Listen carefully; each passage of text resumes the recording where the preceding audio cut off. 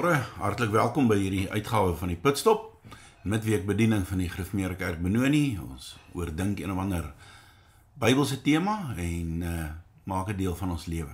Voor ons vandag verder praat, kom ons bid eers saam.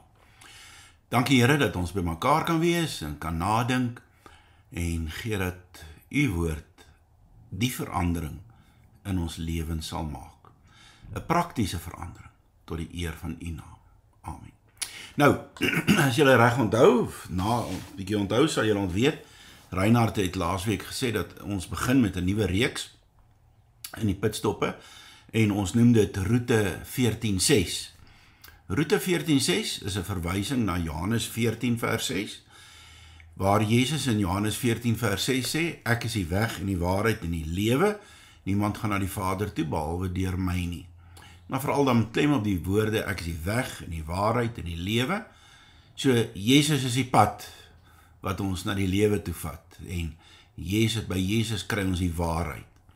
So, daar is 'n implikasie daarin, dat ons verander om juis te word soos Jesus, dat ons in Jesus se voetspore volg. Die konsep is die van disippels. 'n Disipel is ons iemand wat volg. En ek sê altyd, Jesus het twee dinge wat belangrik is in sy werk.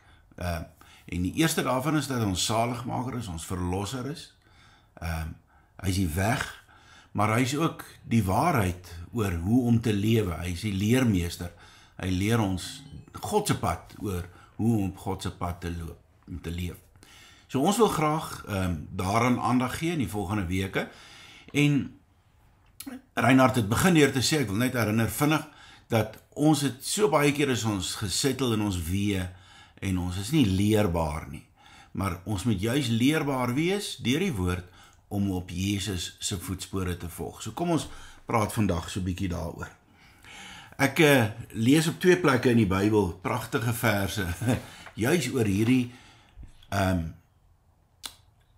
determinasie om op God se pad te bly. Ja, Josua 1 vers 7 sê, sê die Here vir Josua, wees veral sterk en baie vasberade in die uitvoering van die wet wat my dienaar Moses jou beveel het, moet daarvan nie links of regs afwyk nie, dan sal jy voorspoedig wees waar jy ook al gaan. Nou hierdie links of regs het niks met politiek te doen nie, dit beteken my net, moenie daai kant en moenie daai kant, die bly reguit op die Here se pad nie. Dieselfde ding word in die wysheidsliteratuur gesê in Spreuke 4:25, hou jou oë op die pad vorentoe, kyk reg voor jou uit, maak in jou koers af, dan sal jy seker wees van elke tree. Moenie links of regs wegdraai nie, weerhou jou van die verkeerde koers. So dis waaroor ons wil praat, om op die, nie links of regs af te wyk nie, maar reguit op die Here se koers te bly. So, ek wil dit vandag benader vanuit 'n teks in die onlangse verlede, wat ek so 'n bietjie ontdek het. Ek weet al lankal is daar, maar ek moes oor hom preek, of iets in 'n preek sê, en moes 'n bietjie oplees, en dit gaan oor 2 Korintiërs 5 vers 10, 10 vers 5, 2 Korintiërs 10 vers 5, waar daar staan, ons neem elke gedagte gevange, om dit aan Christus gehoorsaam te maak. Wat beteken dit? En ek het bietjie gaan oplees, en nou verstaan ek dit, en beteken, dat daar is by 'n mens in jou lewe allerlei gedagtes, idees, emosies, drange wat by jou opkom. Dit is normaal in 'n mens se lewe. Daar's dinge wat deur jou kop maal, deur jou hart kom, dinge wat jou aanspreek op 'n oomblik. Maar wat Paulus daar sê, wat die Here dus sê, is om te sê, maar as daai dinge op jou pad kom, okay, stop die lorry, wag net 'n oomblik. Hy sê, ek neem elke gedagte gevange om dit aan Christus gehoorsaam te maak. So as hierdie idee, hierdie drang, hierdie lus oor jou kom, wag net so 'n bietjie en bedink dit en sê, wat is die reguit pad? Laat ek nie links of regs afwyk nie.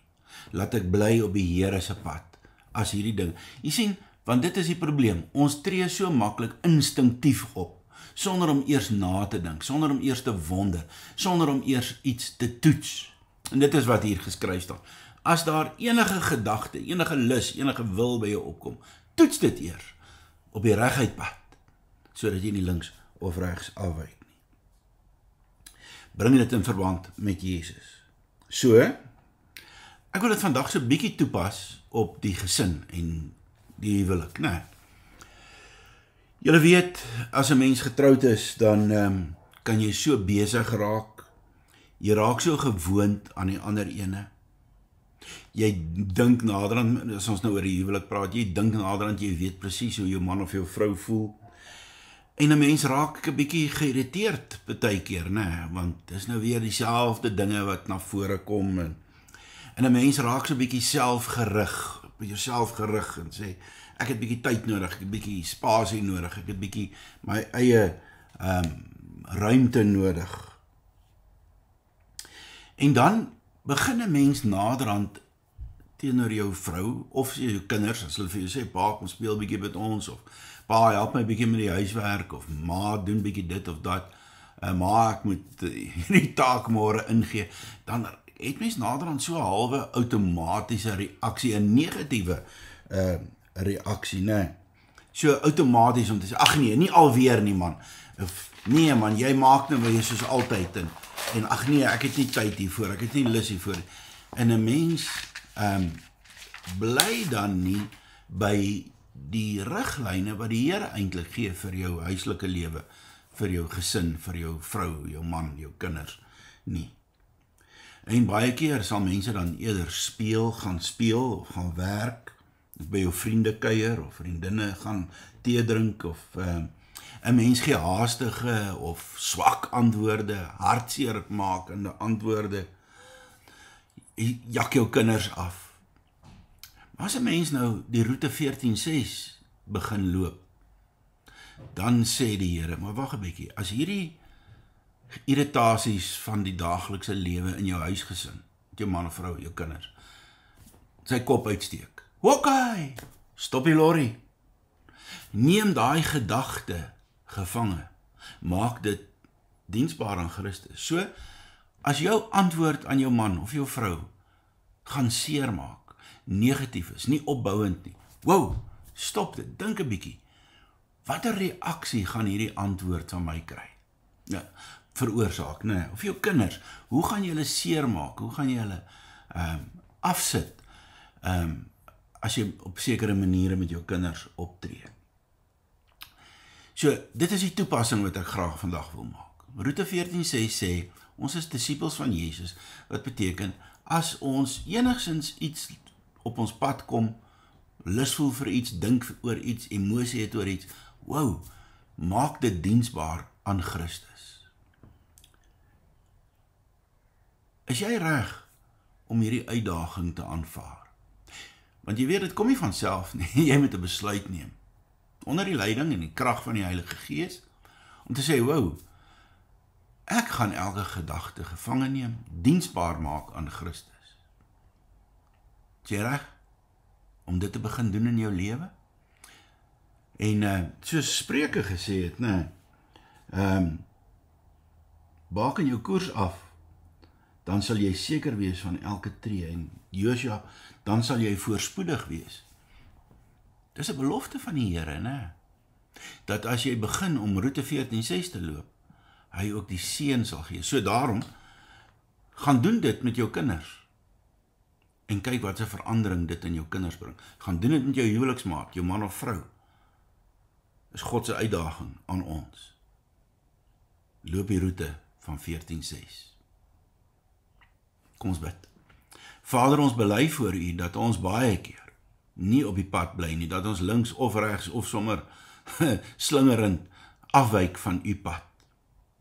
Help ons dat ons die oog vorentoe sal hou en op U sal vertrou vir U beloftes, dat wanneer ons Jesus se roete loop, U vir ons ook die seën sal gee. Kan nie gebeur dat ons hierdie pad loop as ons nie deur die Heilige Gees gevul is nie. Daarom bid ons, maak ons vol met U Gees, sodat ons op Jesus se pad kan loop. Amen. Mooi bly, tot die volgende keer.